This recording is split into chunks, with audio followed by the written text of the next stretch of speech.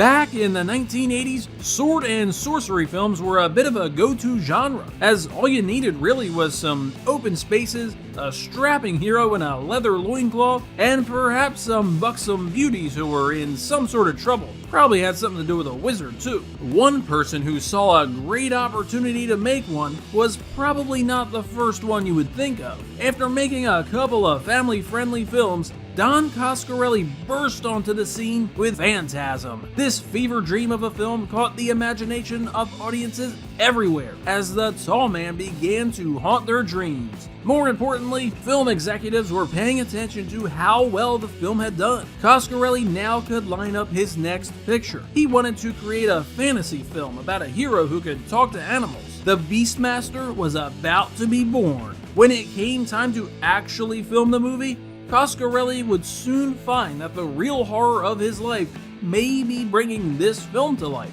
So let's find out exactly what happened to the Beastmaster here on What the Happened to This Movie.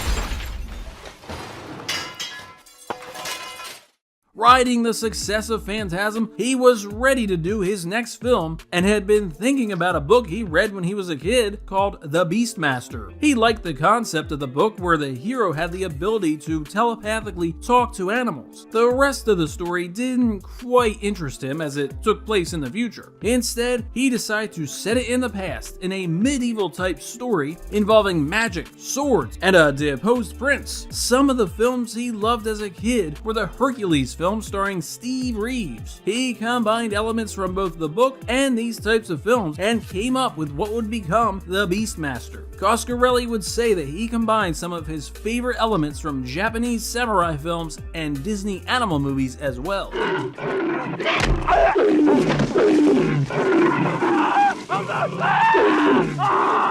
In the film, a king is dethroned by his evil consort. As part of the plan, the king's unborn son is taken from his pregnant wife by a witch. Her intention is to sacrifice the baby to ensure that the prophecy of the king's son killing the consort doesn't come true. Before she can act, a villager stumbles upon her and kills her. He takes the baby home with him and raises it as his own. Many years later, the baby has grown up and found that he has an incredible ability to talk to animals. His village is ransacked by a horde called the Ja'un. He is the only survivor and sets out to avenge the death. Along the way, he encounters different animals that he befriends. There's a black panther, played by a dyed tiger, 2 curious ferrets, and even an eagle. He soon runs into Kiri, who he becomes infatuated with. While trying to follow her, he then runs into Seth and Tal. He decides to journey with them back to a sacred temple in hopes of finding Kiri again. When they arrive, he learns of Maax, who sacrifices children for the sake of the village. As viewers, we know this is the evil consort that orchestrated the kidnapping of the Beastmaster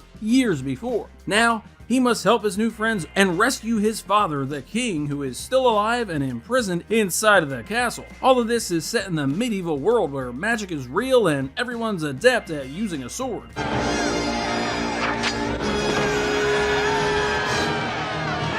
Don Coscarelli began shopping the script around, but none of the studios seemed to be that interested. A lot of times it's very difficult to talk these studio types into your vision. One of the foreign distributors of Phantasm had caught wind that he was working on a new script and told him they were interested in investing in this film. Don agreed, but was not ready for what their contributions would bring. They would have almost $5 million to make the film, which is the biggest budget that Coscarelli had up to that point. The problem started almost immediately. They started to get rewriting notes from his new producers. This was something Coscarelli hadn't encountered before, as all of his previous movies had been made independently. On those films, he had the final say on everything. There was no way that we could, make this for $200,000 or Phantasm style budget. That wasn't going to happen. As casting was starting, it was apparent right away that the money men were going to have way more of a say in the making of the film than Don thought. They began overruling some of the actors he wanted to hire. Don had met with an 18-year-old Demi Moore for the role of Kiri. She was excited to do the part, and Don thought she would be great. He was immediately overruled as the producer said they didn't think Demi Moore was a very good actress. After that, Coscarelli met with famously eccentric actor Klaus Kinski to play the part of Maax. Kinski was on board but was asking for more money than what the entire budget was. Coscarelli knew what he could bring to the role and said he would find the money somewhere else in the budget to make the casting happen. Once again, he was vetoed. The role of Maax would end up with Rip Torn. When he showed up to set to meet the director, he had his own ideas of things that should be incorporated into the character. Torn wanted Maax to look like a turkey vulture. Are you sure that this is completely necessary? Necessary? Is it necessary for me to drink my own urine? Probably not. No, but I do it anyway because it's sterile and I like the taste. He suggested a prosthetic nose to help accentuate this look. Coscarelli agreed that it did end up giving Maax an interesting scowl, but that the problems with the nose piece on set probably weren't worth it. While shooting during the day in California, if they were outside, the piece would start to melt. Even though they were shooting during the winter, the sunshine would still affect some of the special effects. This would cause delays in some of these scenes as the effect then had to be pieced back together. And Rip is a very creative actor, and he came in with this notion that he was going to play the role as a turkey vulture. Coscarelli would also find out very quickly why the two big rules when making a movie are don't work with animals and don't work with children. They had set up a meeting with an animal trainer for the film, as they were gonna need some black panthers for the role of Rook, ferrets for the roles of Kodo and Poto, and an eagle for Charrock. The trainer said he had a black panther that would be perfect for the role, and that the others should be no problem at all. Don was happy and ready to work with them, but quickly found out that the producers had gone behind his back and made a deal with a smaller animal training company. When Don met with them, he found they didn't have any panthers at all. Instead, they would be using 4 different tigers. When Don mentioned that Ra was supposed to be a black panther, as he didn't want to deal with the stripes, the trainers mentioned that they would just dye the tigers black. During pre-production, Don was told that while the tiger was on set, none of the child actors could be present. Also, a sharpshooter had to be in place with a rifle aimed at the tiger at all times. This completely ruined some of the scenes of the movie that had been planned. Some quick rewrites and the use of short doubles had to be used to fix this last-minute stipulation. Quiet. This beast is fierce.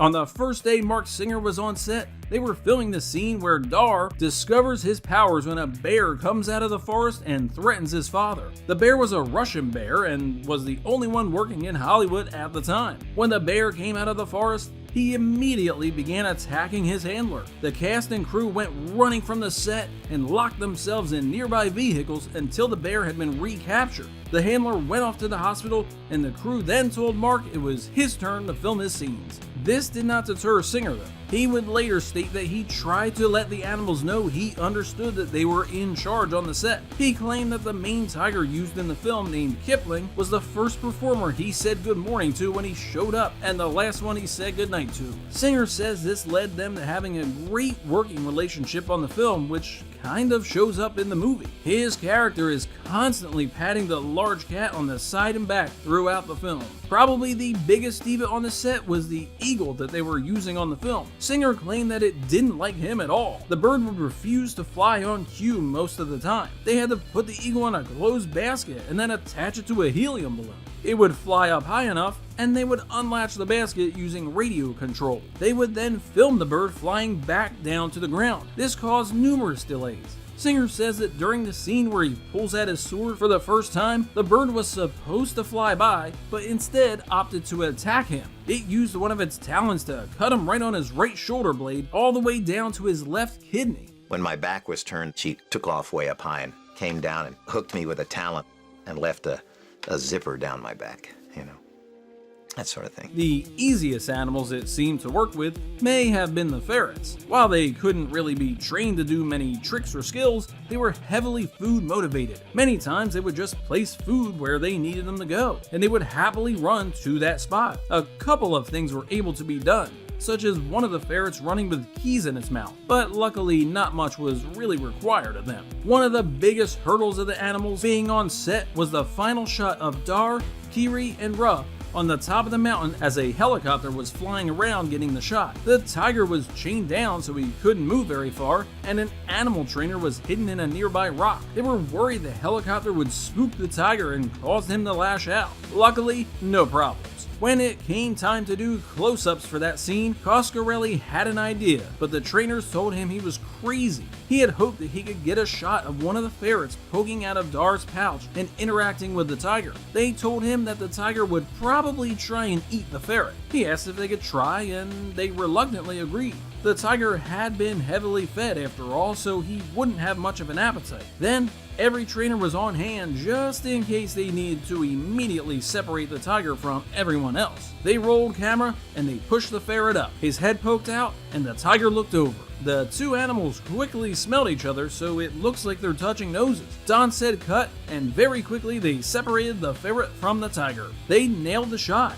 and as it ends the film, it works beautifully. The animals weren't the only issues the crew had on set. Don Coscarelli, in his book True Indie, suggests that the relationship between him and star Mark Singer didn't get off to the best start. He said during one scene, Dar was supposed to be charging at the camera, and he would run past. They would cut and move on to the next scene. But when they filmed it, Singer charged at the camera, ran past it, and then purposely collided with Don, who was sitting in his chair. He would end up flipping backward in his chair and falling to the ground. Singer began to laugh with the rest of the crew at the director's expense. He felt that he was being hazed on the film and wasn't really sure why. They seemed to get along fine by the time the film was done, but there was some back and forth during filming that Coscarelli doesn't look back on too fondly. Since they were filming during the winter, some of the cast didn't have a pleasant experience, as they were required to wear very little. Singer would often describe his outfit as a leather hula skirt. He said that while filming the scene where Dar falls into the quicksand, that the crew behind the camera were all wearing parkas and gloves while he only had a loincloth on. Tanya Roberts was half naked and swimming in a pond. The waterfall behind her in this scene was man-made. The water was sent in to create the waterfall part, while the pond was all natural. As soon as they yelled cut, the crew would run over and wrap her in the blankets to keep her warm. Don's co-writer on the film, Paul Pepperman, says if you pay attention during that scene, you can see her discomfort with being in the cold water. It's not a whole lot of fun to be the only one who's naked on the set.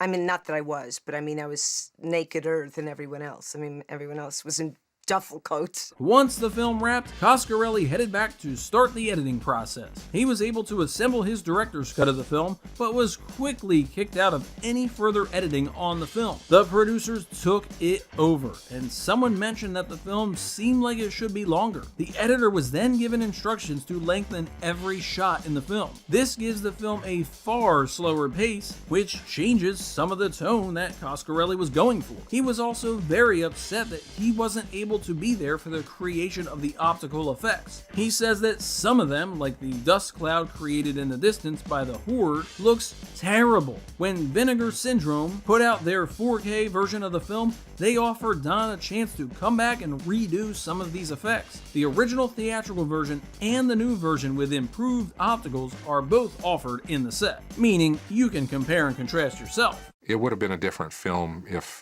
Paul and I would have had control. The film came out and didn't receive much fanfare. It performed modestly, but ended up being overshadowed by the release of Conan the Barbarian a few months later, which is also a point of contention with Coscarelli, especially when he hears people say that the Beastmaster is just a Conan ripoff. He reminds people that they were in production at the same time, and that his film was in no way connected to anything to do with Conan. With a small performance at the box office, everyone associated with the film figured it would disappear into history. What they didn't realize was that a few cable channels would create a cult following. They began to run it in constant rotation, and fans finally began to discover or rediscover the film. Eventually, jokes began to make the rounds that HBO actually stood for, hey, Beastmaster's on. Or that TBS meant the Beastmaster station. Whatever the situation, the film collected a hardcore group of fans. He already has the strongest right hand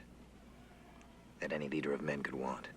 Eventually, there was talk of a sequel. In what had to be more than a coincidence, the film Masters of the Universe was released 5 years after the original Beastmaster. In that film, the characters come from Eternia to Earth. This proved to be a cost-saving measure that helped keep the budget of the film from going out of control. In order to accomplish the same thing, the sequel to Beastmaster was given a similar plot. Dar is forced to go through a portal to Earth to keep his evil brother, not Tao, from stealing an atomic bomb and using it back in our world. Most of the action is set in present-day LA. Don Coscarelli had sold his rights for any sequels or TV series, so all of them were made without his involvement. This also meant that he didn't receive any payments for the film either. The film was less well received than the last one, but would spawn one more movie, Beastmaster 3, The Eye of Braxis. This TV movie would once again see Dar meet up with his younger brother Tal, played by Casper Van Dien of course, who was now king. Seth was replaced with Tony Todd for this film. The budget was quite small, so the film looks a lot different than the others. It actually looks like it may have taken a few cues from Hercules and Xena. A few years later, the property would be turned into a TV series of the same name. The lead role was recast, with Daniel Goddard taking over the role of Dar. He would travel through different lands and use his power to help people. Mark Singer would later join the cast of the show as the character Dartanus. Even after some of the negative feelings about the film, Don Coscarelli still loves it and is glad he got to make it, even though the finished product may not be what he wanted. According to Coscarelli, the original negative for Beastmaster has been lost. It was being stored at a residential house when the original owner moved and accidentally left the film canisters behind. The whereabouts of the film have never been discovered, but he has asked fans to look for the film. Back in 2020, Coscarelli regained the rights for the original film and hopes to find the negative to give it the proper upgrade. Along with a new transfer, his hopes are to reboot the franchise and see what new stories they can tell with Dar and the animals. With today's technology, they might be able to get closer to his original intentions and see where that takes it. For those of us that grew up in the 1980s, Beastmaster became the live-action He-Man movie we always wanted. No matter what strife the movie endured during the making of it, a whole generation grew up wanting to be Dar and to talk to animals. Thankfully, the film lets us relive our childhood and see the amazing story anytime we want. Oh, and what the f*** was up with those Mothman creatures?